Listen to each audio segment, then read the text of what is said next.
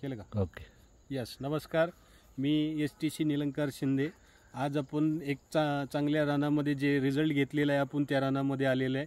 2 पिकाचा आपण याच एकाच रानामध्ये रिझल्ट घेतलेला आहे. तर आमचे महाराज आज आमच्यासोबत उभे आहेत. त्यांनी काय रिझल्ट घेतला हे त्यांच्या मुखामधून तेच आपल्याला सांगतील. तर 2 पिकावरचा आपल्याला घेतलेला रिझल्ट, त्याच्यावर समस्या काय काय झाल्या, आपलं प्रोडक्ट वापरल्यानंतरनं त्याचे परिणाम काय काय झाले हे आपल्याला सर सांगतील. सर, तुमची थोडीशी ओळख करून द्या आम्हाला. नमस्कार, मी कृष्णात बजरंग सुतार, बरं. गाव ललगुण, तालुका खटाव, जिल्हा सातारा. मग तुम्ही शेतकरी की अजून काय? शेतकरीच आहे.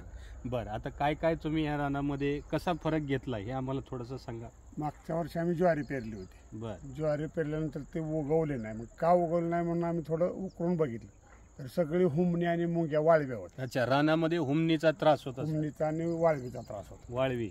मग ते आम्हाला एक जणाकडून समजलं की इंडिया ॲग्रो कंपनीचं भुवास्त्र त्याच्यावरती काम कर. मग आम्ही वाकीमध्ये जाऊन ते भुवास्त्र आणलं. त्यावेळी आम्हाला किती किलोमीटर असेल वाकी? जवळजवळ 70 किलोमीटर. 70 किलोमीटर. बघा, आपल्या प्रोडक्ट कळालं इथं मिळतं तर 70 किलोमीटर जाऊन आपला प्रोडक्ट घेऊन आले असं. आणि ते आणले आणि नंतर ज्वारी पेरली, भुवास्त्र टाकलं आणि ज्वारी पेरली. बरोबर. परत त्या रानातली वाळवी गेली, हुमणी गेली आणि मुंगी गेली. मुंगी तर एवढी होती की खुरपायला बसलं तर त्या झाडा गवताखाली सगळं मुंग्यात असा. मुंग्या गावायच्या त्या मुंग्या सगळ्या गेल्या. बर. हा मागच्या वर्षीचा अनुभव आहे.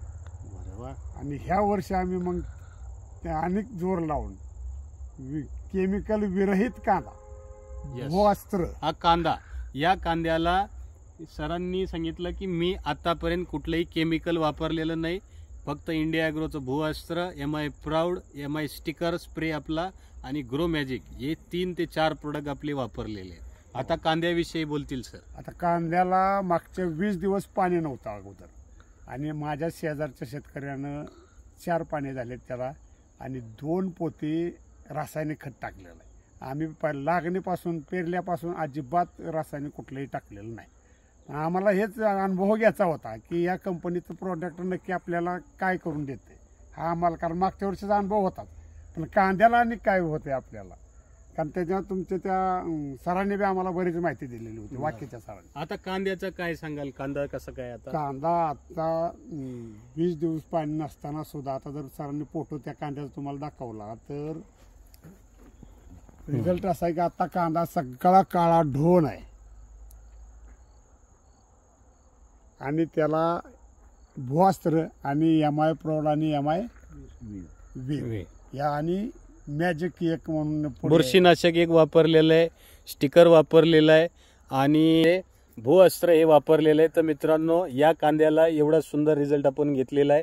हा कांदा केमिकल विरहित आहे, 20 दिवस पाण्याविना आहे, तरी सुद्धा या कांद्याचा कलर आणि कांद्याची उंची जे काही आहे ते आपण बघू शकतो.